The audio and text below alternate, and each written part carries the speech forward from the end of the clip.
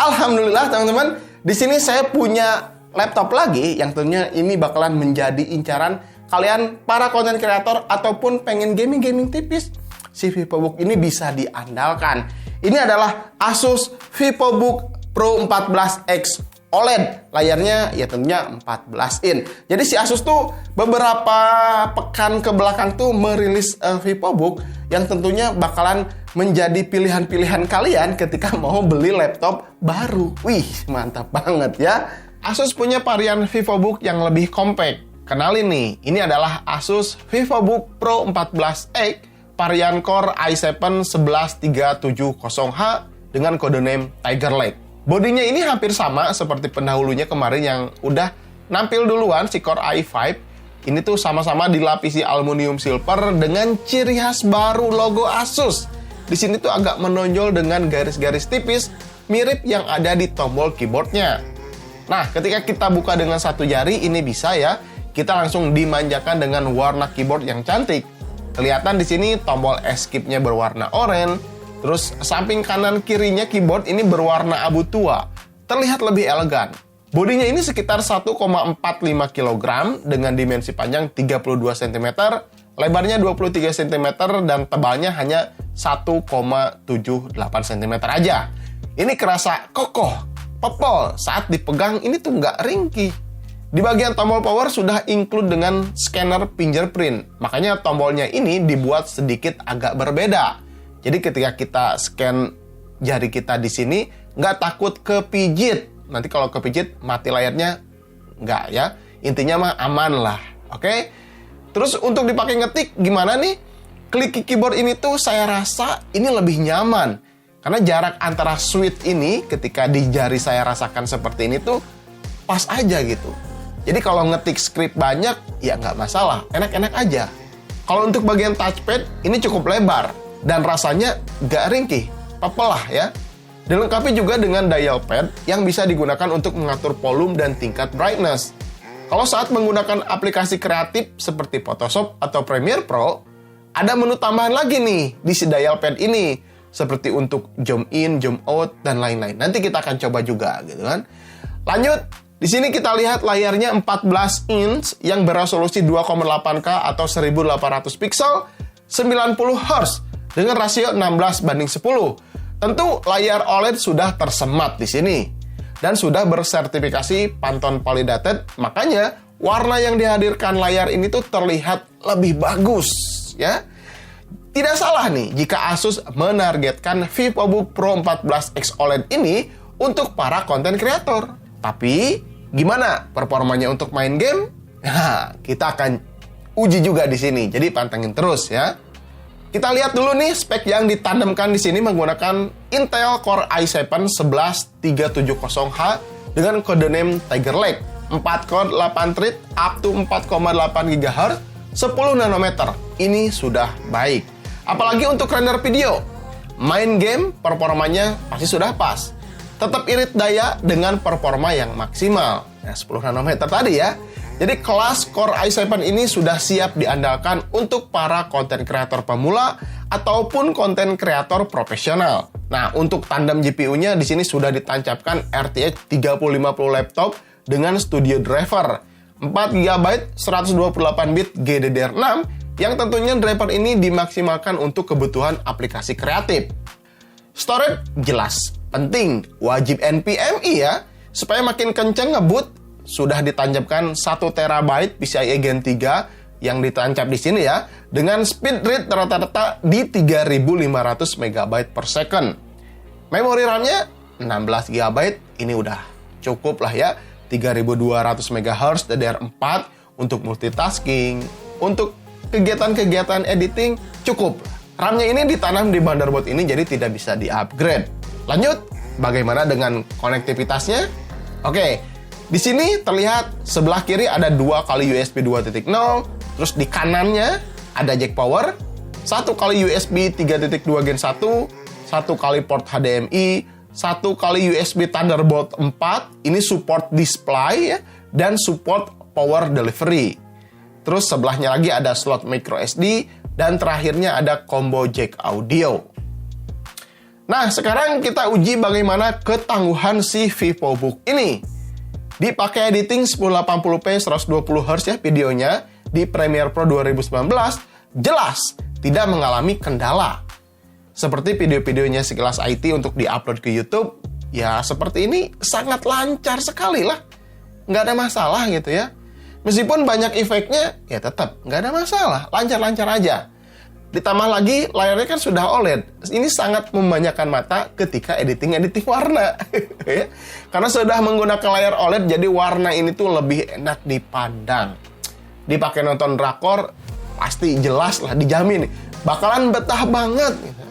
Dipakai nonton YouTube, pasti orang-orang yang pertama lihat layar laptop ini, atau layar OLED ini, bakalan bilang seperti ini. Kok layar warnanya bagus ya? Laptop apa nih? Nggak ketinggalan juga untuk suaranya, ini sudah bersertifikasi Harman Kardon. Harusnya suaranya bagus. Bagaimana menurut kalian? Kita tes sekarang.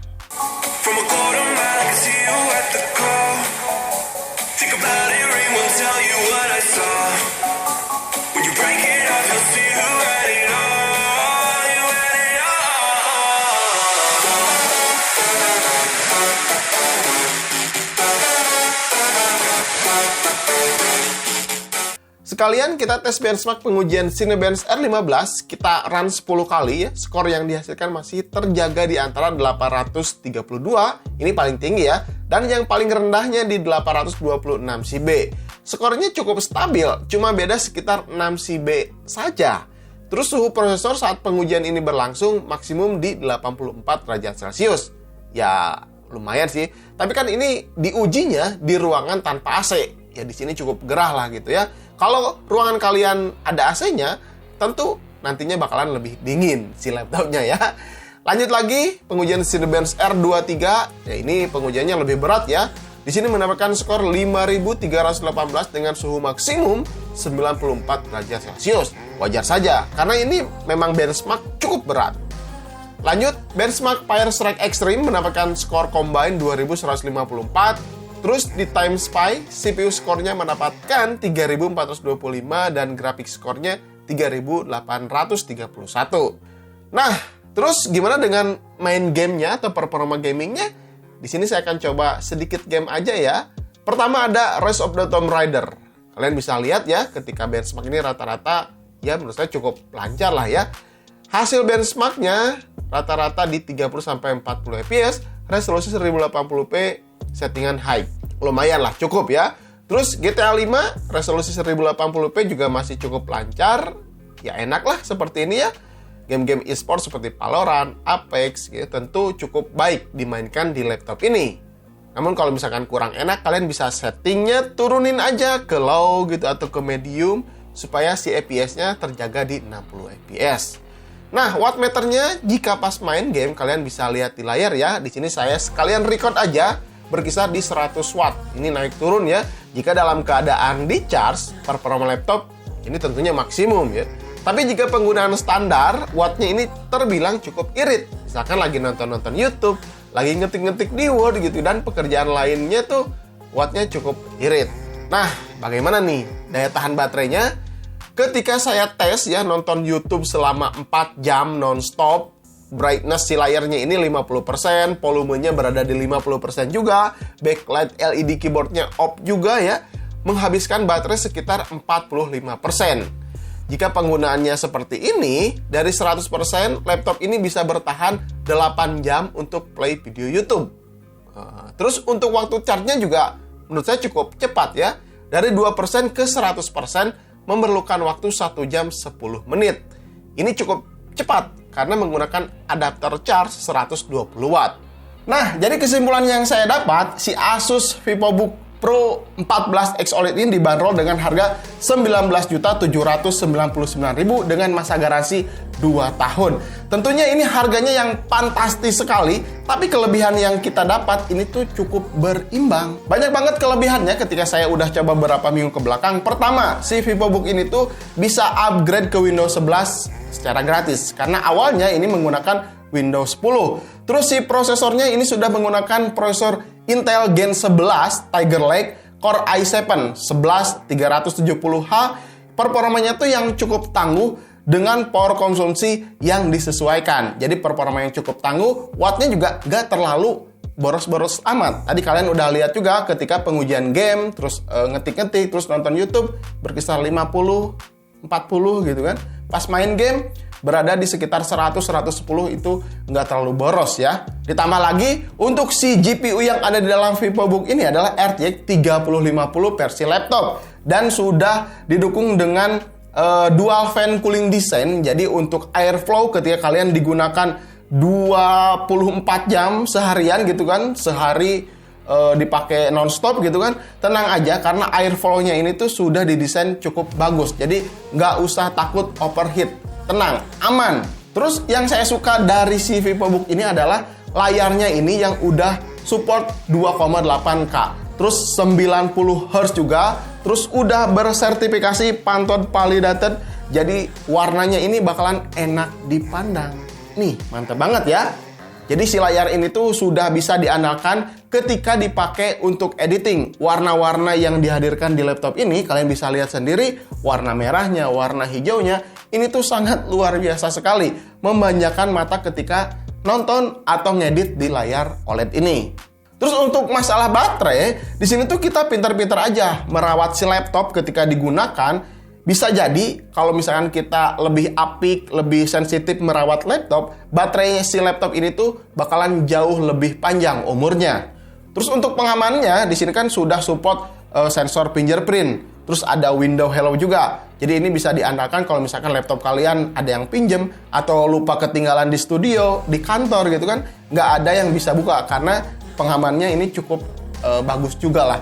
Terus untuk sensornya juga cukup responsif. Ketika kita tekan seperti ini ya di si tombol powernya, langsung si layarnya itu langsung kebuka atau kuncinya tuh langsung kebuka. Oh iya, untuk kameranya ini ada shieldnya di sini tuh. Ini kan ada warna orange tuh, warna orange ya. Di sini tuh bisa ditutup buka seperti ini untuk menjaga privasi ketika kita meeting, ketika kita sekolah online gitu kan. Si kameranya ini bisa ditutup secara manual seperti ini. Ya ini untuk menjaga privasi kita ya. Terus pasti ada kekurangannya. Menurut saya pertama kekurangannya di sini tuh RAM-nya tidak bisa di-upgrade. Jadi 16 GB karena udah disolder di motherboard-nya ini nggak bisa di-upgrade. Tapi untungnya untuk storage-nya ini bisa ditambah menjadi 2 TB atau 3 TB. Untuk si NVMe-nya ini udah support PCIe Gen 3. Jadi speed read-nya itu berkisar di 3500-an. Terus satu lagi kekurangannya di sini masih ada SD card ya, bukan micro SD. Kalau saya sebagai content creator masih menggunakan kamera yang menggunakan micro SD. Jadi di sini tuh ya nggak kepake. Tetap saya harus bawa card reader untuk bisa memindahkan file kamera ke si laptop ini untuk editing. Sisanya masih ya saya belum temukan lagi karena saya baru menggunakan sekitar 2 mingguan. Kalau misalkan nanti saya ada kekurangan atau kelebihan lagi, nanti saya akan update di deskripsi atau di kolom komentar. Oke, mungkin gitu aja teman-teman. Mudah-mudahan video ini bisa bermanfaat untuk kalian. Kalau misalkan kalian punya saran dan kritik, silahkan tinggalkan saja di kolom komentar. Sampai ketemu di video berikutnya. Saya Randy Adha, Sekilas IT. Assalamualaikum warahmatullahi wabarakatuh. Salam teknologi.